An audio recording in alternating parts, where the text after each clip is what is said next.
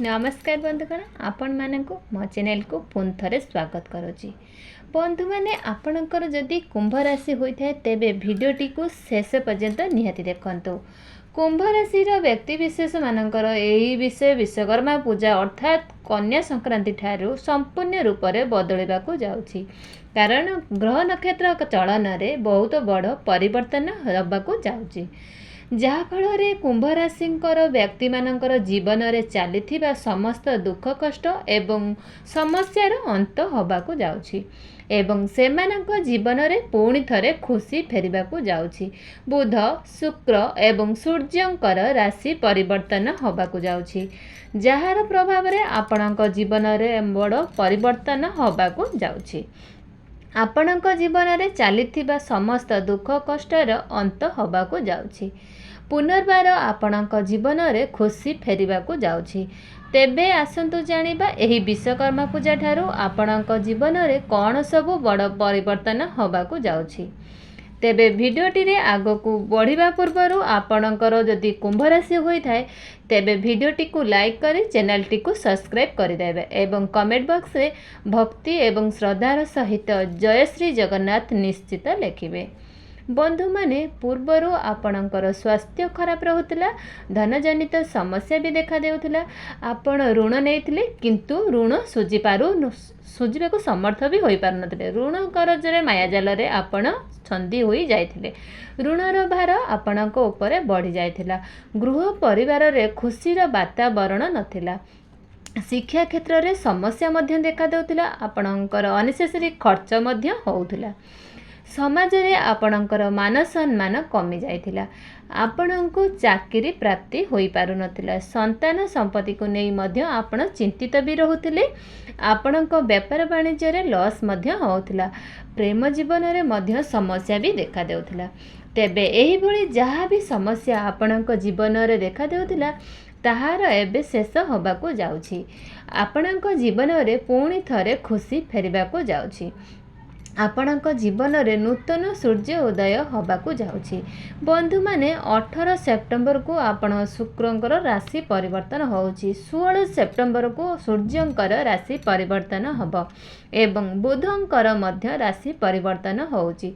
बंधु माने शुक्र होउछंती धनर कारक ग्रह, शुक्र को महालक्ष्मीकर प्रतीक बोली मना जाइथाय। शुक्र आपणकर अष्टम भाव में थिले एवं बहुत खराब स्थिति रे थिले, कारण अष्टम गृहटी कुंडली रे भल बोली मना जाई नथाय।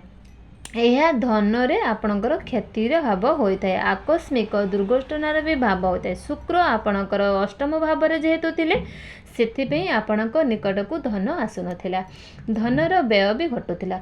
मात्र शुक्र वर्तमान आपण को नवम भाव को चलन करिवे, अर्थात आपणकर भाग्य भाव को चलन करिवे। नवम भावटी आपणकर शुक्रंकर निजर ग्रह अटे। शुक्रर स्थिति एवं बहुत भल रहिबो। शुक्र आपणकर भाग्यर मध्य वृद्धि करिवे।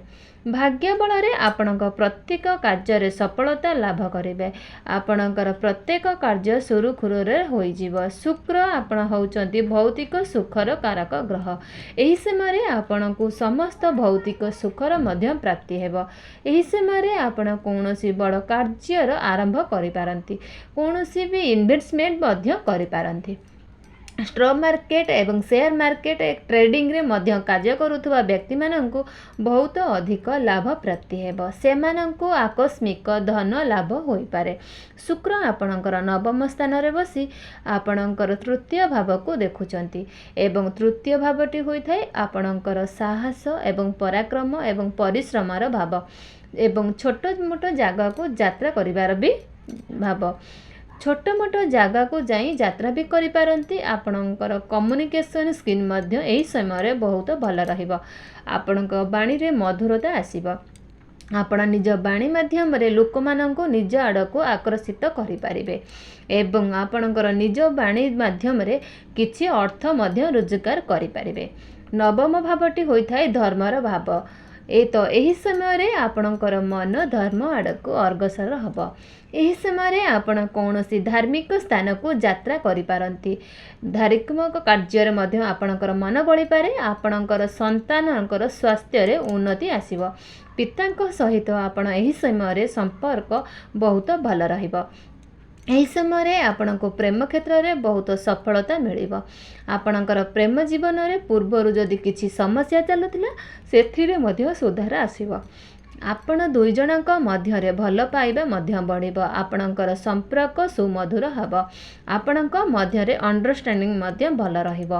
ଆପଣ ଦୁଇ ଜଣ ମିଶି କୌଣସି ବଡ଼ ଡିସିସନ୍ ନେଇପାରନ୍ତି।